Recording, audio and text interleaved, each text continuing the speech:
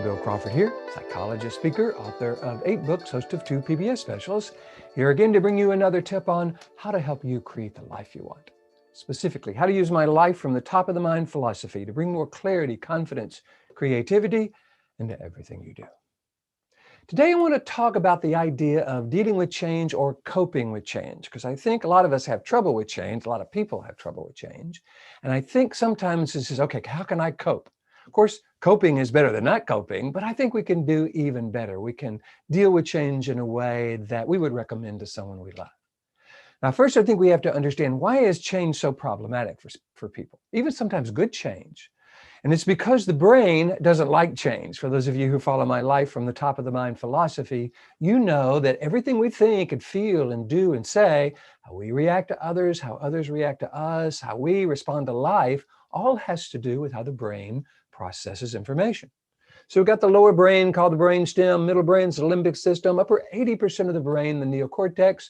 This is what I call the top of the mind. So what happens is this middle brain, the limbic system, acts as a scanner, processor, router part of the brain. Scans data and then interprets it either in a way that throws it down into the lower brain or routes it up to the upper 80% of the brain. So when the limbic system, middle brain, doesn't sense any kind of problem or challenge, it kind of directs data up to the neocortex, top of the mind, everything is great. But anytime the limbic system interprets or sees anything it doesn't like, or anyone it doesn't like, or anything or anyone it determines is like a threat or a potential problem, it actually sends data down to the lower brain, bypassing the top of the mind.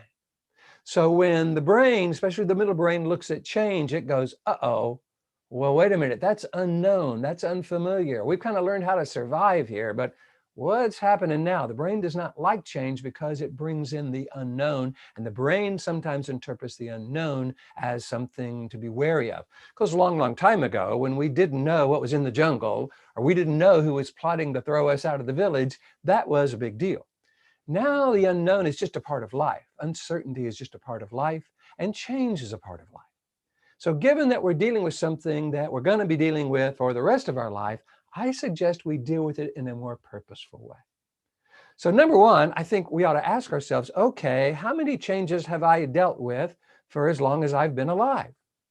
Probably a lot. And how many of those have I not survived?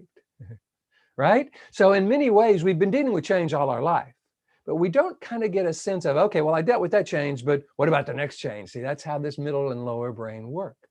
So I suggest we look at change kind of like a river, especially kind of a river that has different parts. Sometimes it's calm, but sometimes it's turbulent.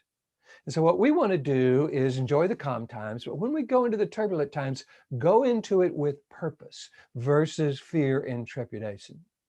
Here's a good example of a person kind of going into some rapids in a very purposeful way.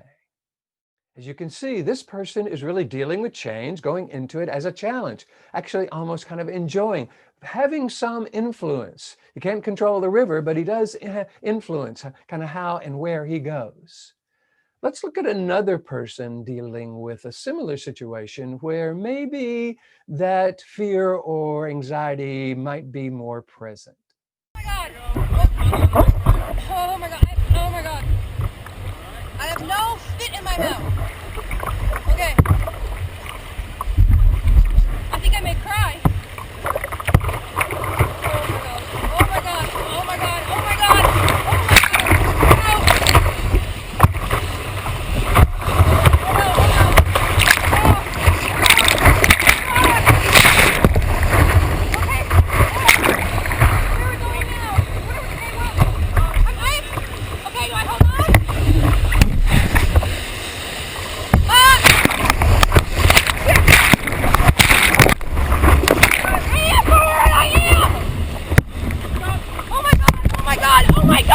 Oh my God.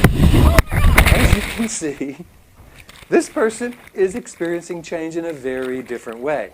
Very frightened, freaked out. Let me get through this. Oh my God. In many ways, those two people were going through the same thing. Matter of fact, the first person was going through way more challenging turbulence than the second person.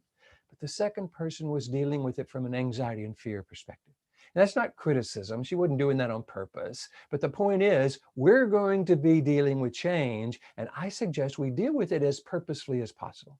As if someone we loved was following us around, watching us deal with that change. And we wanted to show them how to deal with change on purpose, how to bring our clarity, confidence, creativity, the top of the mind to the process of influencing change to the degree we can. We're not always going to be able to influence like we want, but we're going to have more influence if we come at it purposefully and decide who we want to be and how we want to be going into the process than just kind of trying to cope or survive with the turbulence and kind of experience it from that fear and anxiety perspective. So if you know someone who's dealing with change, or if you're dealing with change, and gosh, we're all going to be dealing with change from time to time, and this resonates with you, I would encourage you to begin to think about, all right, who am I when I'm being purposeful? Who am I when I'm clear, confident, and creative? Would that serve me if I were willing to bring that into these situations and influence my experience of change to the degree I can? If so, this is what I get to do. I get to go around the world teaching people, individuals, organizations, how to deal with change, how to access this clear, confident, creative part of who you are. This is something you would like me to do for your organization. All you got to do is go to my website, billcrawfordphd.com, and just hit the contact button. Let me know what you're interested in. Love to talk with you about that. By the way, for those of you who want to see more really great kayaking and rapid video, this was taken from Anton Immler's YouTube channel. So just Google Anton, Immler, and you'll see his YouTube channel. You can see all of that, more rapids if you like that kind of stuff. In the meantime, here's to you, bringing more clarity, confidence, creativity to everything you do. And I look forward to seeing you in the future.